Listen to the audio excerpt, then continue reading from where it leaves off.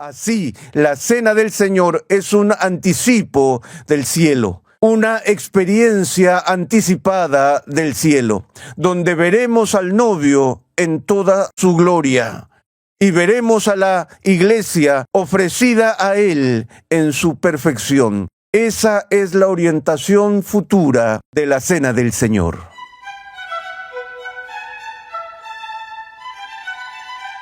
Bienvenido a Renovando tu Mente con el Dr. R.C. Sproul, mientras continuamos con la tercera entrega en una interesante serie de enseñanza de 7 lecciones que hemos titulado La celebración del reino. En esta serie el Dr. Sproul explica el sacramento de la Cena del Señor desde una perspectiva bíblica e interactúa con varios puntos de vista que personas de la historia de la Iglesia han sostenido sobre este tema. La Cena del Señor no se limita a recordar algo que sucedió en el pasado. Jesús también apunta al futuro, prometiendo volver a beber el fruto de la vid con sus discípulos cuando el reino de Dios se consuma en las bodas del Cordero. Acompáñame al salón de clases a escuchar una vez más al Dr. R.C. Sproul mientras nos lleva a través de las Escrituras para ver la gloriosa dimensión futura de la Cena del Señor y lo que significa para cada creyente. Hemos visto que en la celebración de la Cena del Señor, las 3 dimensiones del tiempo están a la vista. Hay un recuerdo del pasado, hay una experiencia en el presente, pero también hay una anticipación del futuro. En nuestra última sesión vimos la dimensión del pasado a modo de recordatorio. Y hoy me gustaría que viéramos el aspecto futuro de la Cena del Señor. De nuevo, volviendo al relato de la Cena del Señor que encontramos en el Evangelio de Lucas, veamos lo que tiene que decir. De nuevo, en el capítulo 22, versículo 17 leemos: y tomando una copa, después de haber dado gracias, dijo: tomen esto y repártanlo entre ustedes, porque les digo que de ahora en adelante no beberé del fruto de la vid hasta que venga el reino de Dios. Y tomando el pan, después de haber dado gracias, lo partió y les dio diciendo: esto es mi cuerpo, que por ustedes es dado, hagan esto en memoria de mí. De la misma manera tomó la copa después de haber cenado, diciendo: esta copa es el nuevo pacto en mi sangre, que es derramada por ustedes. Pero vean, la mano del que me entrega está junto a mí en la mesa, porque en verdad el Hijo del Hombre va según se ha determinado, pero ay de aquel hombre por quien él es entregado. Y luego sigue el cuestionamiento entre los discípulos en cuanto a quién sería el que lo traicionaría. Y entonces Jesús tiene esta discusión con ellos sobre quién sería considerado como el mayor y quién como el que sirve. Y luego en el versículo 28 dijo: ustedes son los que han permanecido junto a mí en mis pruebas, y así como mi Padre me ha otorgado un reino, yo les otorgo que coman y beban a mi mesa en mi reino, y se sentarán en tronos juzgando a las 12 tribus de Israel. Aquí Jesús enfoca el aspecto futuro en la consumación de su reino. Y él mismo es el ungido a quien el Padre ha declarado como el Rey de Reyes y el Señor de Señores. Él menciona aquí que su Padre le ha otorgado un reino y que de la misma manera él ahora otorga a sus discípulos entrada a su reino.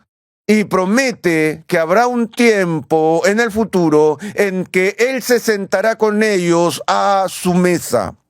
Y miramos eso a través de las Escrituras y vemos la promesa anticipada de la fiesta de las bodas del Cordero, la gran ceremonia de Cristo y su novia que tendrá lugar en el cielo. Antes de ver eso, volvamos al Antiguo Testamento, donde vemos algunos breves indicios de esta expectativa futura. Voy a leer quizás el salmo más conocido de todos, el Salmo 23, que dice lo siguiente: el Señor es mi pastor, nada me faltará. En lugares de verdes pastos me hace descansar, junto a aguas de reposo me conduce. Él restaura mi alma, me guía por senderos de justicia por amor a su nombre. Aunque pase por el valle de sombra de muerte, no temeré mal alguno, porque tú estás conmigo. Tu vara y tu cayado me infunden aliento. Ahora, permítanme parar allí y detenerme en medio de este salmo, donde David está comparando al Señor Dios con un pastor. El mismo David venía del mundo de los pastores y por eso conoce las imágenes de las que habla. Él sabe que la tarea del pastor es cuidar de las ovejas, y si has visto un rebaño de ovejas, verás cómo van en todas direcciones y no tienen rumbo mientras deambulan, a menos que alguien las guíe. Y él, el buen pastor, aquí lleva a las ovejas a los verdes pastos, no las coloca junto a los rápidos donde caerían al agua y morirían, sino que las lleva al lugar donde hay estanques tranquilos de aguas, que son lugares seguros de los cuales beber y saciar su sed. Entonces el pastor guía a las ovejas a través de lo que David llama las sendas de justicia, y aunque caminan por el valle de sombra de muerte, no tienen miedo porque el pastor está con ellas. Él las consuela con su vara y su cayado. Y has visto la vara del pastor y su cayado. Usa la vara para defender a las ovejas de los lobos y demás, y el cayado lo usa para pastorearlas y mantenerlas a salvo en su presencia. Pero en medio de todas estas hermosas imágenes sobre cómo Dios actúa como pastor, David continúa diciendo: tú preparas mesa delante de mí, en presencia de mis enemigos.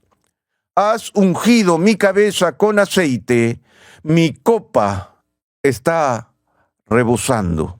Lo que Dios hace es vindicar a su pueblo, y lo vindica en presencia de aquellos que los han acusado falsamente de todo tipo de calumnias.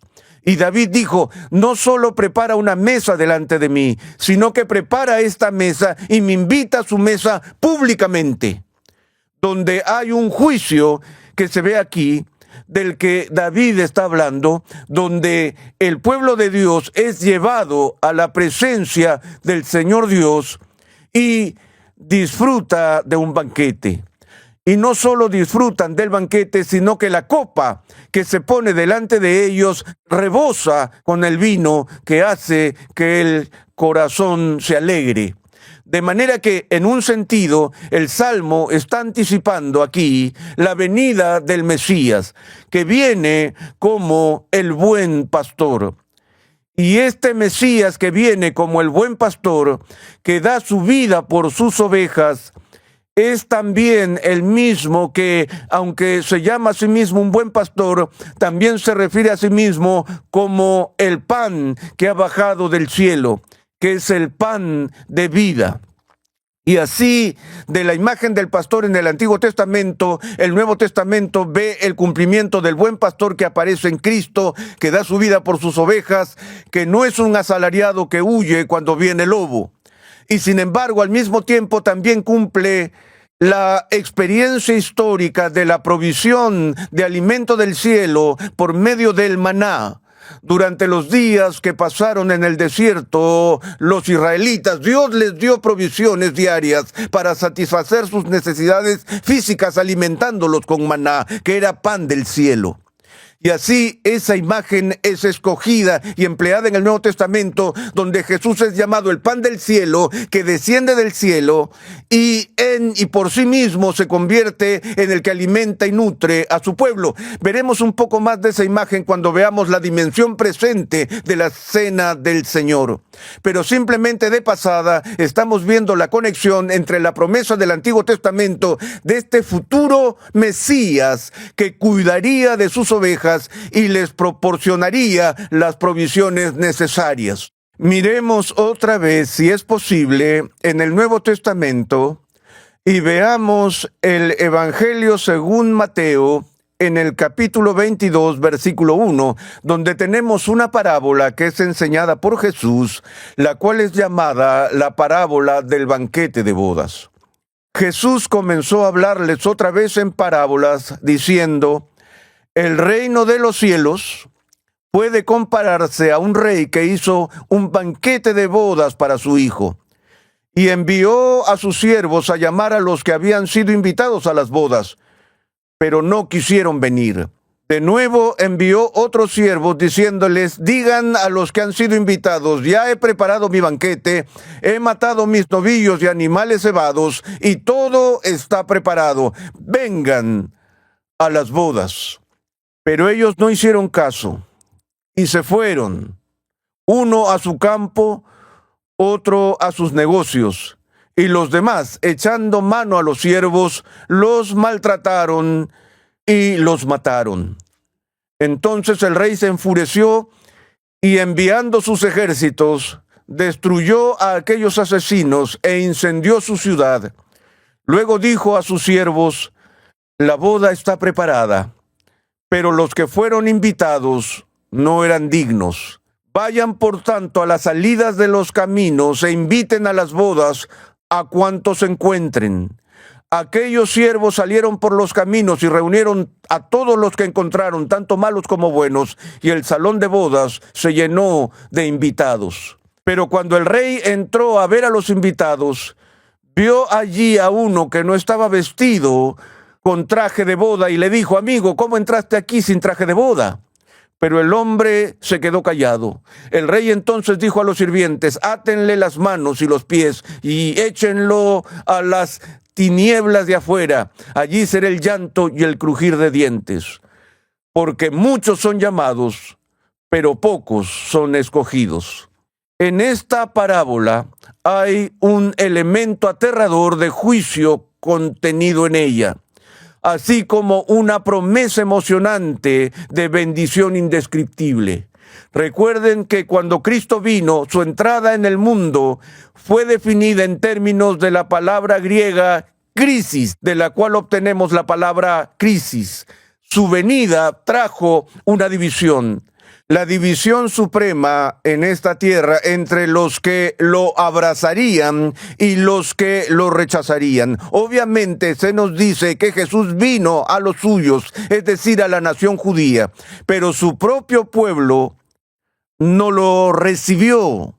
Y en cierto sentido, esta parábola es una recapitulación de la historia de Israel, a quien Dios invitó a ser su esposa, pero cuya nación lo rechazó y se negó a venir a su fiesta de bodas con su propio pueblo.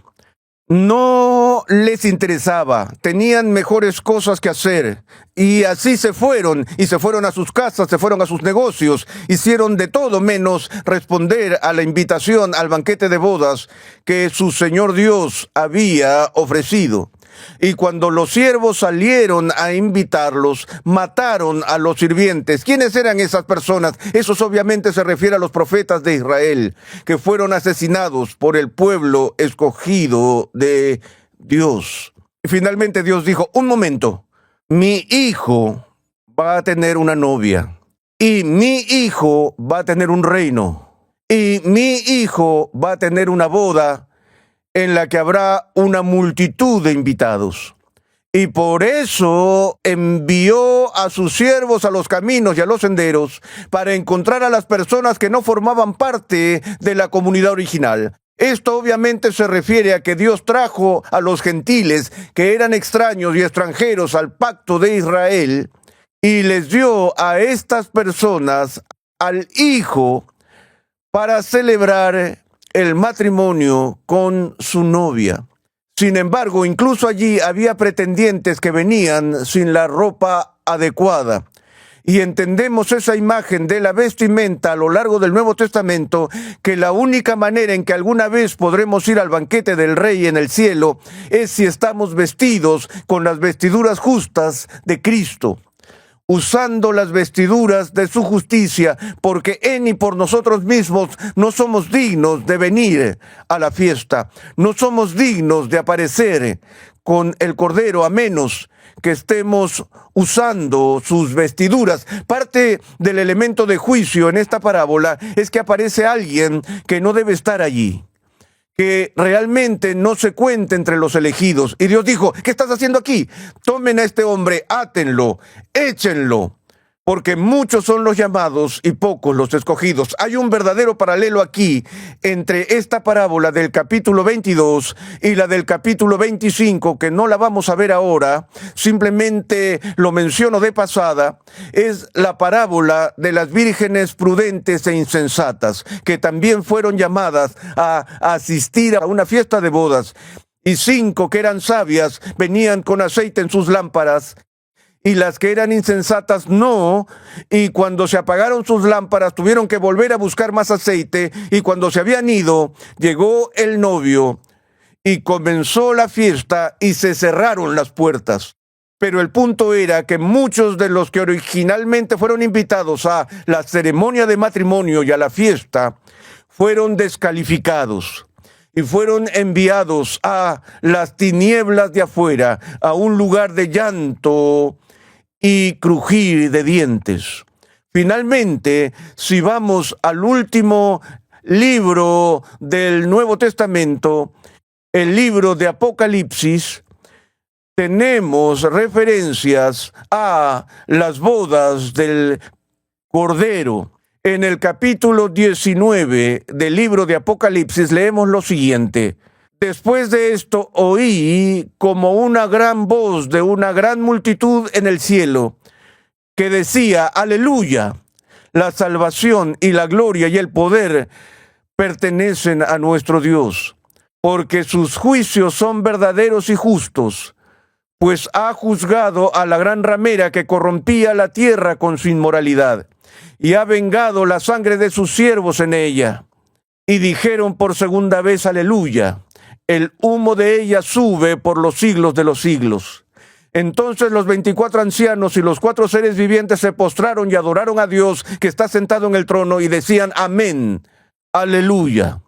Y del trono salió una voz que decía: alaben ustedes a nuestro Dios, todos ustedes sus siervos, los que le temen, los pequeños y los grandes. Oí como la voz de una gran multitud, como el estruendo de muchas aguas, y como el sonido de fuertes truenos, que decía: aleluya, porque el Señor nuestro Dios Todopoderoso reina.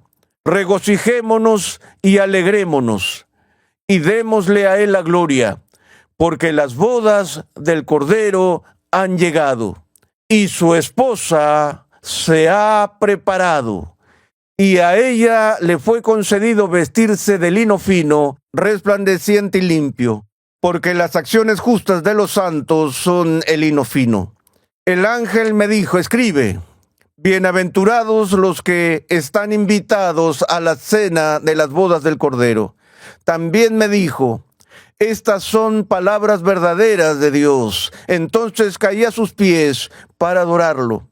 Y me dijo: no hagas eso. Yo soy consiervo tuyo y de tus hermanos que poseen el testimonio de Jesús. Adora a Dios. El testimonio de Jesús es el espíritu de la profecía. Aquí, en este último libro del Nuevo Testamento, tenemos la oportunidad de ver un vistazo al futuro, donde a Juan se le permitió mirar más allá del velo y ver lo que Dios tiene reservado para su pueblo en la consumación final de su reino. Aquí él ve la fiesta de las bodas del Cordero. Y dice que la fiesta, las bodas del Cordero ya están listas, han llegado. Y su novia ha sido preparada, es decir, la iglesia. Y dijo: cuán bienaventurados son todos los que reciben una invitación a esta celebración. Así que tenemos esta promesa en el Nuevo Testamento de que llegará el día en que todos los santos, todos los que son fieles a Cristo, serán reunidos en el cielo para esta celebración gozosa, para este matrimonio final con Cristo, que estará marcado por una fiesta que superará cualquier cosa que podamos imaginar en este mundo. Ahora, conociendo esa promesa futura que corre a todo lo largo de la enseñanza de Cristo en el Nuevo Testamento, vemos estas vagas referencias a ella en la institución del Nuevo Testamento de la Cena del Señor, donde Jesús mismo llama la atención a este tiempo futuro en el que se sentará con su pueblo y celebrará en la fiesta del reino de Dios en el cielo.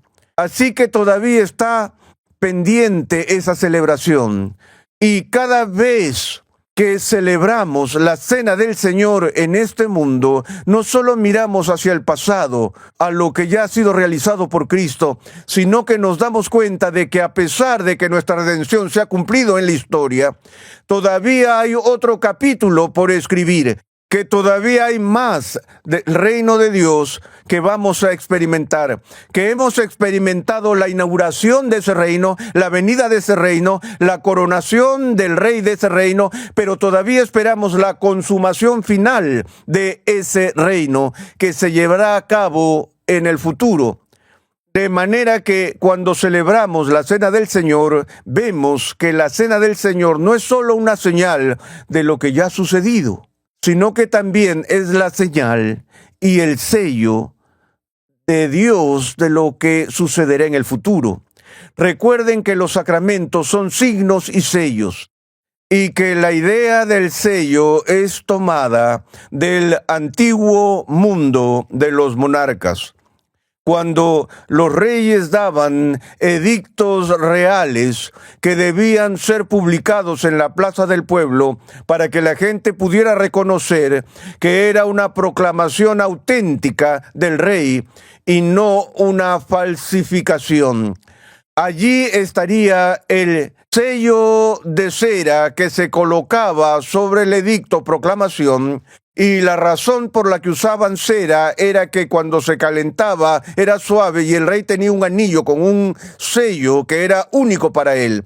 Y tomaba su anillo y lo presionaba en la cera del sello, y luego quitaba el anillo, dejando una marca indeleble, dejando su sello que garantizaba la autenticidad de la autoridad real que estaba detrás de la proclamación. De modo que la palabra sfragis en el Nuevo Testamento, tomada prestada de la cultura griega, se usa con respecto a las promesas futuras que Dios da a su pueblo. Cada cristiano que nace del Espíritu también es habitado por el Espíritu Santo, es ungido por el Espíritu Santo y finalmente es sellado por el Espíritu Santo. Dios ha puesto su marca indeleble en nuestra alma, garantizando el cumplimiento futuro de todas sus promesas. Al igual que en el Antiguo Testamento el pueblo de Israel celebraba una vez al año la Pascua, la cual esperaba un cumplimiento futuro que de hecho tuvo lugar cuando el Cordero Pascual fue sacrificado en el Calvario. Por lo que cada vez que celebramos la Cena del Señor hoy, miramos hacia ese futuro donde la promesa que Dios ha hecho de la fiesta de las bodas de Cristo y su esposa. Así, la Cena del Señor es un anticipo del cielo, una experiencia anticipada del cielo, donde veremos al novio en toda su gloria y veremos a la iglesia ofrecida a él en su perfección. Esa es la orientación futura de la Cena del Señor.